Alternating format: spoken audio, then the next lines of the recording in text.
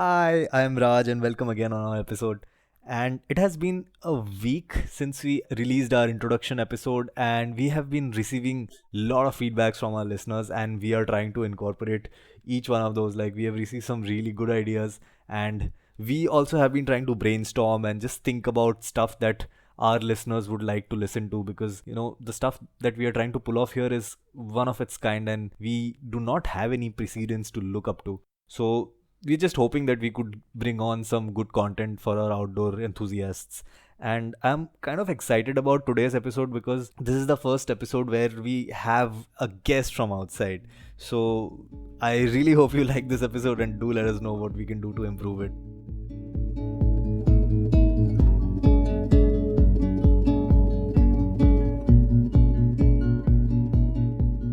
And as we promised in our last episode, we have a special guest with us today. Now, this guest is someone who has been working in the outdoor industry for a while. She has completed her basic mountaineering course from Darjeeling and she has also done her Alaskan mountaineering course from Knowles.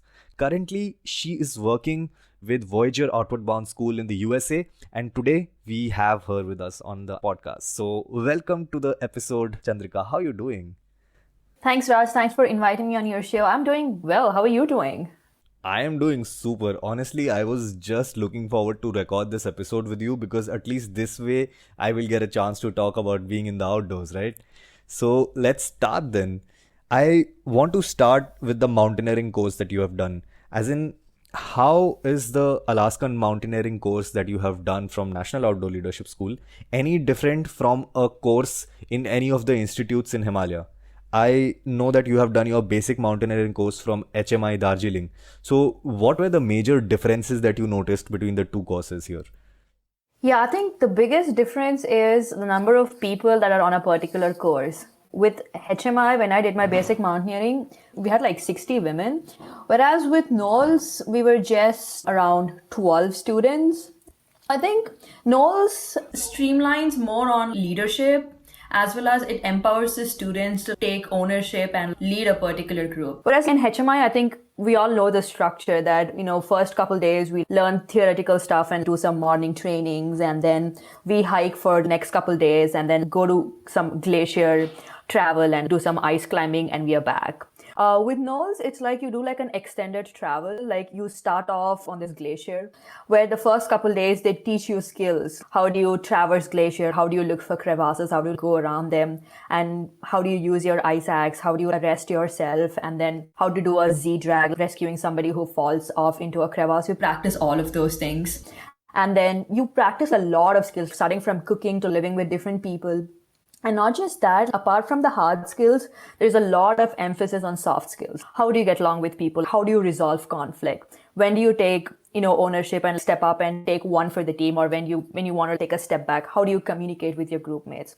So they call this entire thing as expedition behavior, where you take care of yourself and also you take care of the other people that you're hiking or mountaineering or doing any activity with. So along with the hard skills, it's a lot of detailed skill set that you learn, and you learn a lot about yourself and where you can use these skills. I think Knowles concentrated a lot on such skills. There's something called as leader of the day concept, where you're paired with another student and you get to be the leader of that particular day, and you plan the entire route, how long your group is going to travel, when are they going to take breaks, and you just like set goals for you where, okay, this is the number of miles I want to cover today, and this is the time that we want to reach there, set up camp, cook food, and then make plan for tomorrow and go to bed. So you plan the entire day and you communicate this to your team, called shots. You're the voice of the day and your group is like active followers. Whereas when you look at our Indian approach, we're just like, we are going to like hike 10 miles in 5 hours and we're going to climb that peak and come back down. It is excellent. The way they teach you hard skills and the way they train you for adversity is amazing. But then it also needs to work on a lot of implementing soft skills. And also, I feel that one-on-one attention is possible because we're just 12 students and 3 instructors. Whereas with HMI, I don't think you get that one-on-one attention, or you cannot closely work with your instructor on your skills and your strengths. That's the big difference I found between HMI and Knowles in general. What do you think changed for you after completing these courses? Did you start liking being in the outdoors more? Living in the outdoors, be it kayaking in the rivers or paddling the lakes or climbing mountains, you're learning a lot about yourself. It is not easy. It is not rosy at all, and I would not romanticize that idea. You are giving up on a lot of things, simple pleasures that you've actually grown up with. I grew up in a city, so it is not easy to live in this lifestyle or to adopt a lifestyle like this. And then, at least for me, it definitely changed me as a person. It's just a very humbling experience. When you come back with so much of appreciation and gratitude towards wherever you are. And not just that, you don't have to be outdoors all 365 days. You can take a trip in the backcountry, come back, and you will start appreciating small things in your otherwise life. And when you come back home, you're respecting every small thing, the bed you sleep, the food you eat, somebody cooking for you. The perspectives change. Talking about changes in perspective, that sounds very similar or in line with the kind of job that you are doing right now. So, why don't you tell us a bit more about that? And I know that you are working with kids right now, am I right? I would not say kids, I would call them young adults. I work as an instructor in canoeing, backpacking, and rock climbing. So we work with young adults with age group of around 13 to 18, but we also work with adults up until the age of 65. So we take them out on 8-day or 15 days or 30 days backpacking or canoeing trips. So we are tied up with some schools. The schools come with us with specific goals saying, hey, we have a bunch of students, and in these students, we want to see them stepping up and taking accountability or like taking initiative and like doing something. And then we also have intercept program, mostly for students who have behavioral intervention or have trouble communicating efficiently with their parents. They spend 24 days with us and then they go back and they meet their parents and then they kind of have a conversation and take this back to their lives. Basically, we work with students on a wide spectrum with behavioral interventions or drug abuse, trauma, or school programs. So we have a diverse students from different cultures with different learning abilities and needs. So generally, I would be working with another co-instructor, see these goals and design a curriculum and then take these kids outdoors and help them achieve whatever we want them to achieve. How exactly did you get into this? I was always keen on teaching. Even during my early engineering days, I used to work with an NGO where I used to work with high school kids, mostly from the government schools, and helping them up their grades or pick up soft skills. And then later I realized I could also teach and be in the outdoors. I did get some experience working down south in Hyderabad with a school where we did similar kind of programming, but like day programming over a period of time, where we take kids outdoors and like teach them various skills that's required in the outdoors. And since I knew like that was the balance that I wanted to achieve with my career, like have outdoors and also have education aspect to it, is when I decided I want to like pursue this path. And that's when like Knowles happened, Outward Bound happened. Do you see any major cultural differences between the US and India when it comes to outdoors? Take US for example, this has been in their culture for a long time. Whereas when you take our Indian context, if I said let's go for a trip, my mom would have been like, go take your science textbook and start studying.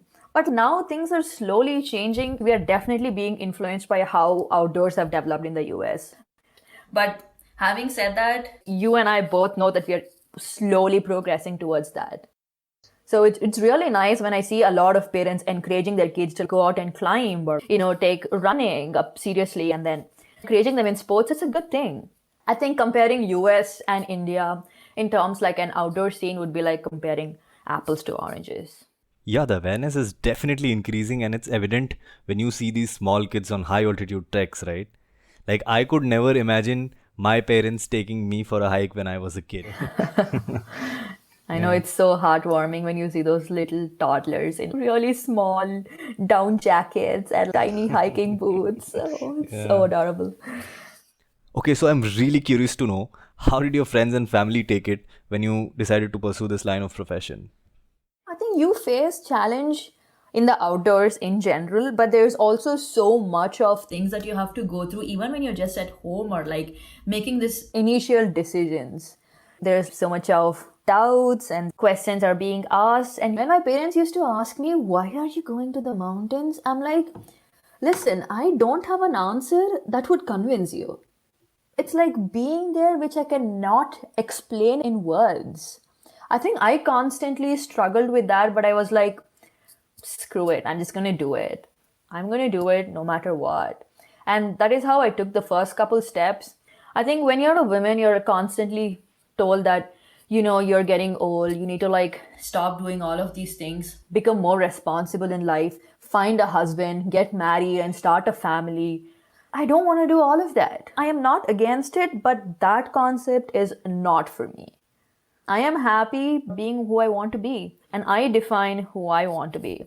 People call it selfish, it's a little arrogant or comes off rude, but it's always worked for me. And eventually, over the period of time, my dad is on my side. He's like, okay, as long as this is going to make you happy, I'm happy. And I'm happy to support you in any way possible. That's it. My battle is won.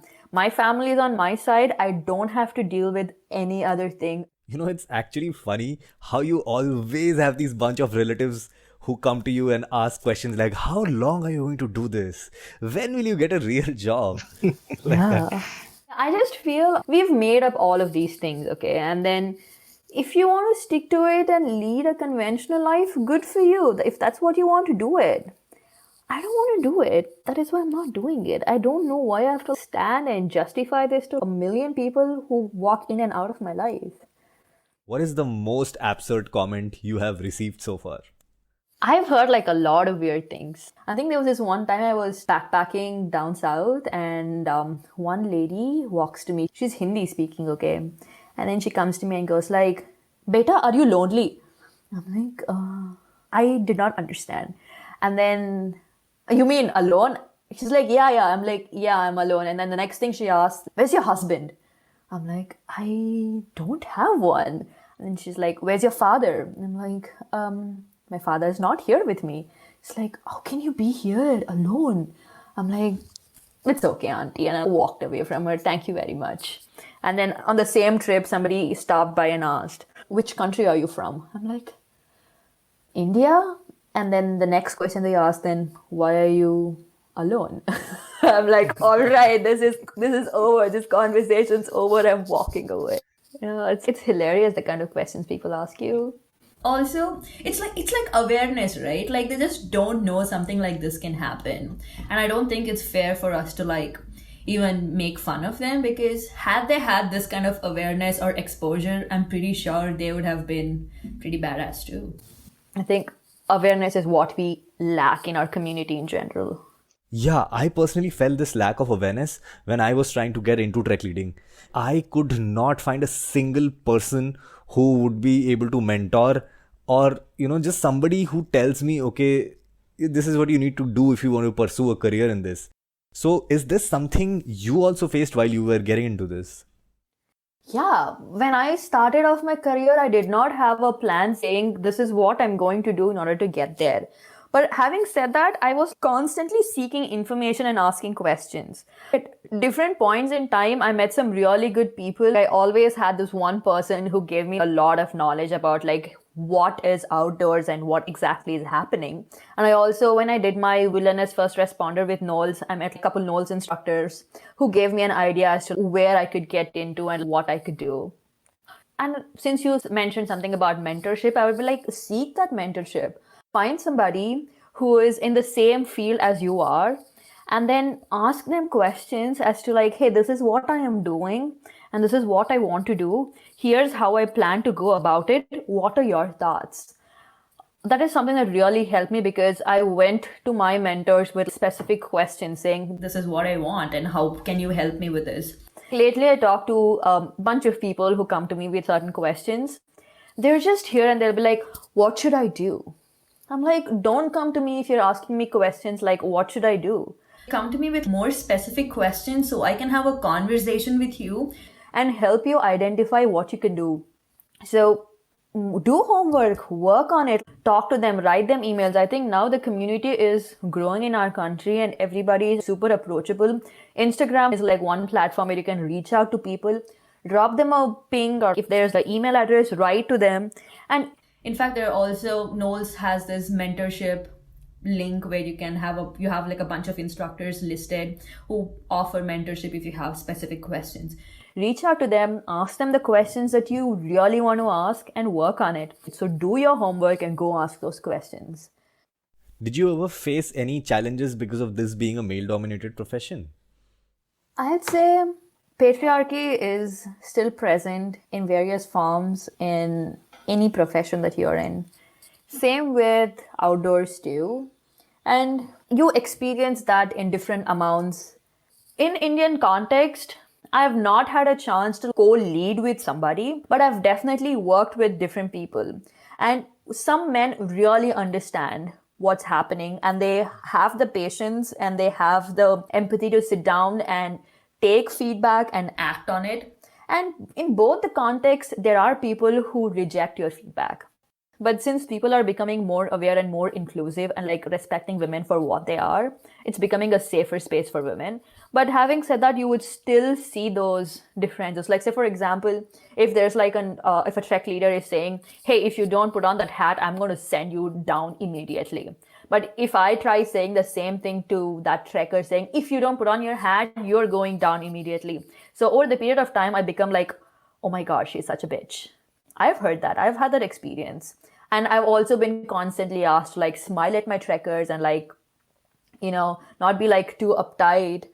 When you get such kind of feedback from your Supervisor or somebody who is managing you, you constantly like doubt yourself saying, what am I doing wrong? I'm just holding my boundaries and telling them, hey, you're going to do this, you're going to do that, because that is what is expected out of them. I become the wrong person. Like, you're constantly expected to smile and be polite and talk softly. I'm like, I cannot, dude. Like, I have a very strong voice. Even if I say the most sweetest thing in my voice, it would sound as though I'm like blowing my roof off. I just can't help it. That's my voice. I cannot sound like a parrot. That hurts. Another thing that I have realized is that the trekkers perceive male and female trek leaders in a very different way.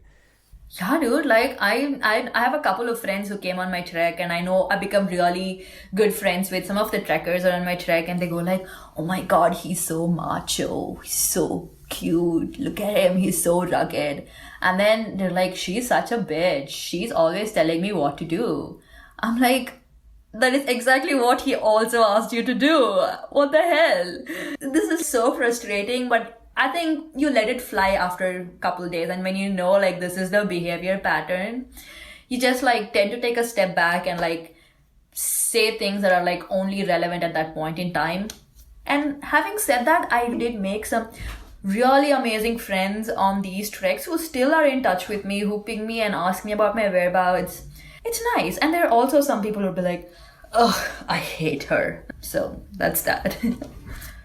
Lastly, any piece of advice for people who wish to make a career in the outdoors? Yeah, I think if you really know that you want it, there's no looking back. Just go get it. And don't let anyone say otherwise, because you're all fucking awesome. Just go do it. Thank you for your answers, Chandrika. I really appreciate you doing this all over again. For people who don't know, we recorded this episode twice, because the first time when we recorded this episode, we lost the entire thing because of a technical glitch. And Chandrika, being a sport, she again agreed to come online and record the entire thing for us. So thank you. Yeah, I mean, like I said, we had all the time in the world. So if you have any questions for Chandrika, you can reach out to her on Instagram. Her handle is @Seehanv. Chandrika, do you want to spell that out for me, please? Yeah, it's SEEHANV. What you laughing at? What is this? What is this username? So my name is Chandrika. Like half of it is like Chan and V is my initial. So I thought my Instagram handle is going to be CHAN, Chan and V. But it was already taken. So I replaced the alphabet C with SEE, like C. So it became Seehanv. That's the story. I literally feel my mind blowing right now. I know. Thank you. I know. All right. Thank you all for tuning in. And if you have any topics that you would want us to touch upon, you can always reach out to us at Desi Outdoor Podcast. And about the next episode, I am not going to give out the topic right now because honestly, it's still in the works and I don't know exactly when we will be able to finalize it. But as soon as we do, I will try to put on a teaser on our Instagram handle.